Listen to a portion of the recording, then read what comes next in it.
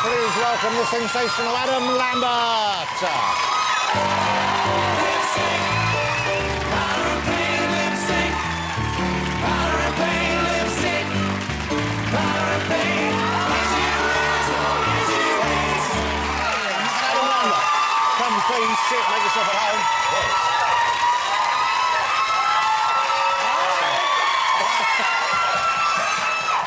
Wow! Calm, children, calm yourselves, or your crisps will be taken away. That's a great look. Doesn't Adam have a great look? You look like a kind of, you look like a sort of funky funeral director. Oh, thank you. You look like a dead politician. Well, thank you very much indeed.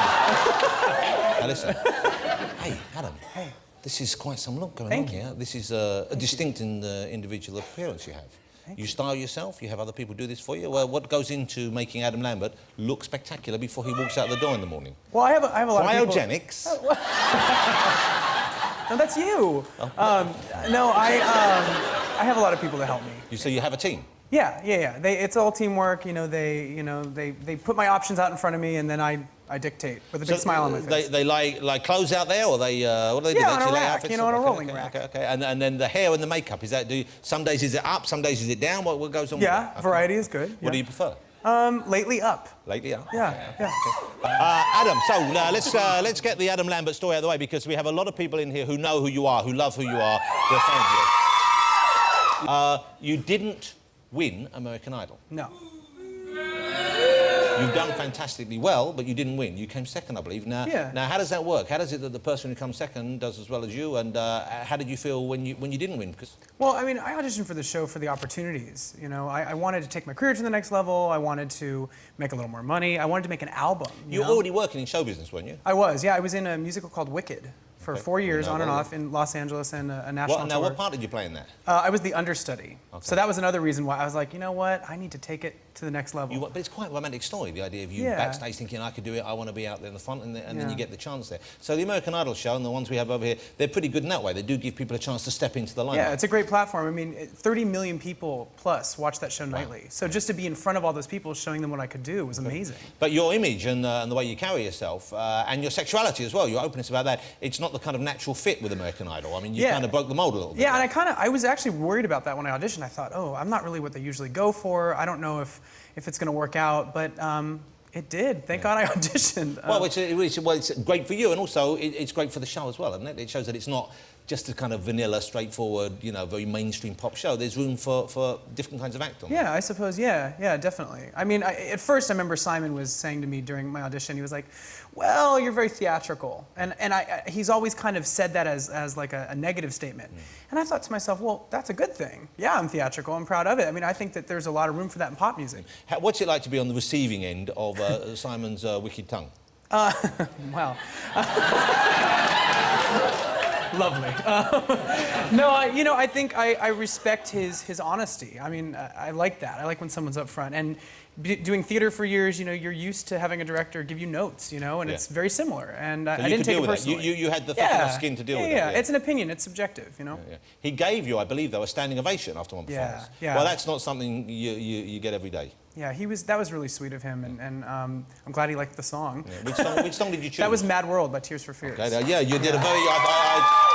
I've YouTubed you, and I saw the version of that, and it's a lovely version. It's a great song, and of course yours was more like the one from Donnie Darko, of course. Yeah. And we have J. Kidd. I know, right? Small World. It's all Darko? connected. Yeah, I loved the movie. It's a great film, isn't it? Yeah. Okay, now, please don't take this the wrong way, but you're wearing a little bit of makeup. Just a bit. Just a bit. Just a bit. You put this on yourself, or you have... Today I had a great professional do it for me. Yeah. When you're going out in the morning, if you're popping out to get a pint of milk or something, do you put a bit of pan stick on? Do you have a little bit of touche éclat? Do you like a little bit of guy liner? You know your product, sir. God, well, this don't come cheap. No, I mean, if I'm just doing like regular everyday activities and I know I'm not going to be on camera, I just put a baseball cap on and some Ugg boots. So you're not What age did you realise that you wanted to be in show business? What age did you realise that, and at what time did you think, okay, I want to be more of a flamboyant performer? When did that all kind of come together for you? I think I've always been kind of flamboyant from childhood. Every day was Halloween. I always had a costume box out. I was always putting capes on and playing with makeup in the mirror. It's kind of just always been that way. Yeah. And my parents put me in a theater group when I was about 10 years old to kind of channel some of that excess energy. And I just kept at it in high school. It was great for me because I was different and I felt a little strange and I was a little chunky gay boy in the closet. And hold it, chunky. Chunky. I was about 245 pounds. Wow, now hold it in English, because we don't do the pounds. Yeah, with so much. stones or something? Yeah. 210 is 15 stone, so that you were about, what, 17 or 18 stone? Yeah. Well, were you as tall as you are now, I guess? Yeah. You're pretty tall, but you were 18 stone, but you were something of a large fella. You were a porker, as we Yeah, I was a call it. porker, yeah. Lots of fat, I was eating my feelings, you know? Lots of emotional eating. Lots of that going on? Yeah. Tell me about it. What kind of stuff were you eating? You were really... Lots of fast food, lots of burgers. And So you basically cut the junk food out? Yeah. Worked out, that kind of stuff as well? Yeah, just, changed my habits and also, finally kind of embraced who I was, with my sexuality and all that, and so I felt better. Was this because you were not unhappy, but you were uncomfortable coming out at that stage? Is that what it was, maybe? Well, I went to a high school. I didn't know anybody else gay. I did have really liberal parents that were really cool, but it was hard. Did they know? Because sometimes parents, I think, do know in advance before the anyone tells them. minute we talked about it at age 18, my mom was like, "Well, I figured." Trying on my lipstick when we were like 10 years old. It's not a big mystery. They were really cool, and I think just being able to express myself openly and honestly. Must have been a real burden lifted. Must have been a real weight weight lifted. Yeah, totally. So that helped me with my self-image and all that. And then I started just pouring on the glitter, and the rest is history. Pour it on. More glitter.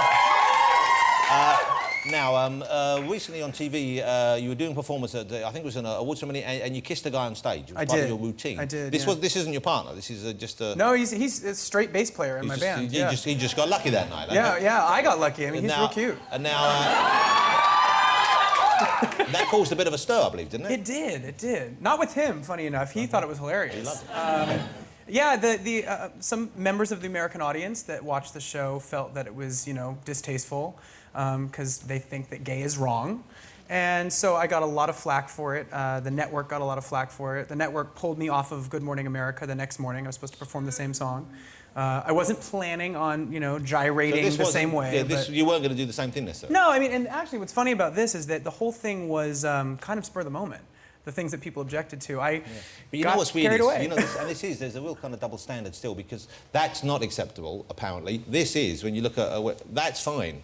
Because that's kind of, that's been absorbed in the culture. Now they're saying, and that was 6 years ago. But still, if it's a guy kissing a guy, they have a problem. It makes people a little uncomfortable. So I felt that it was really important not to make any apologies, because I didn't feel like I did anything wrong. And so I stood my ground. I said, look, there were people saying, oh, but our children, and I thought, I'm not a babysitter. Yeah. I'm a singer, and it was 11 o'clock at night. Yeah. And you know what?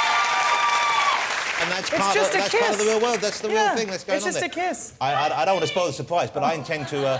I'm going to kiss Lord Sugar at the end. Just. Oh, good. Love it. Okay. That's hot. Pucker up, fuzzface. I'm coming for you. There's plenty for both of you, Gyllenhaal. Oh. I don't know where that's been. Yeah. Okay.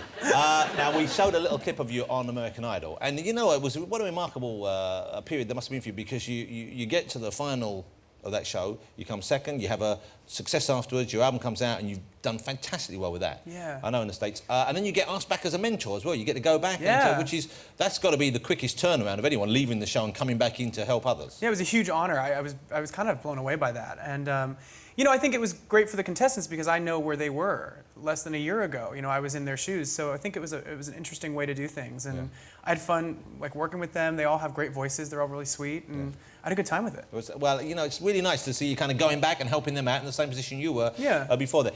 You've got the album out, you've got the single out. The single is called, is it For Your Entertainment? Yeah, that's the single here, yeah. This is the title track of the album. I've had the album on. I like the album. Don't take this the wrong way. It has a slight retro feel to me, Oh, yeah, there's a lot of influence from 80s, 70s, glam rock, that's something that's inspired me. Adam, let me ask you something now. We've seen a bit of old performance for you. We've seen the video single. You're not performing here on the show tonight as such. But I know a lot of people have tweeted me and said, couldn't Adam sing a little something? He can't do a pop song here. But I asked him and he said he would do a little something at the desk for us here. A little bit of singing, a little bit of a cappella. Yeah. Which is, Why not? you've got to have the confidence.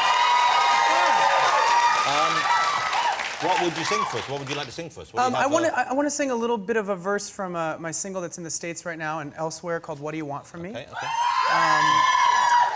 You need any help from me? No, I think I'll be good. It's a lyric that really resonates with me. OK, so this is from the current American single, What Do You Want From Me? Ladies and gentlemen, a little bit of Adam Lambert, just singing live here, cappella style here on the couch. All right. It goes, yeah, it's plain to see that, baby, you're beautiful, and there's nothing wrong with you. It's me, I'm a freak, yeah. Thanks for loving me, 'cause you're doing it perfectly. Well, that was quite romantic. Beautiful. What a lovely voice, what a lovely guy. Ladies and Mr. Adam Lambert. Thank you. Adam, great. Thanks for coming on the show. Thank you so much. I appreciate it. Adam Lambert, ladies and gentlemen. Ask for him by name. Yes, sir. Give me some Adam Lambert. Hug it out. Adam Lambert. Thank you, Adam. Guys.